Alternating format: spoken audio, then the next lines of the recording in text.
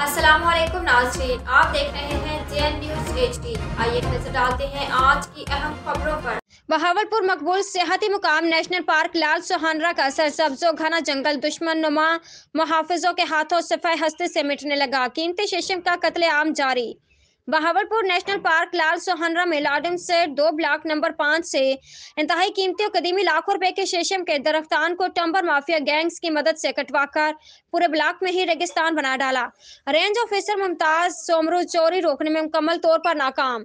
काटे जाने वाली कीमती शीशम की मटियां इस रेंज ऑफिसर के बेरहमी और लालच के मातम करते हुए दिखाई देती हैं। चंद माह अगर करप्ट मुतज़क्किरा बाला ऑफिसर तैनात रहा तो ब्लॉक नंबर 5 सरसब्ज़ो घने दरख्तान की बजाय चटेल मैदान बन जाएगा।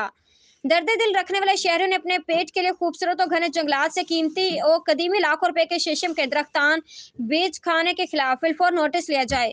कहीं करप्ट ऑफिसर चोरीशुदा दरख्तान के निशानात मिटाने के लिए आतिशज़दगी ही न करवा दे।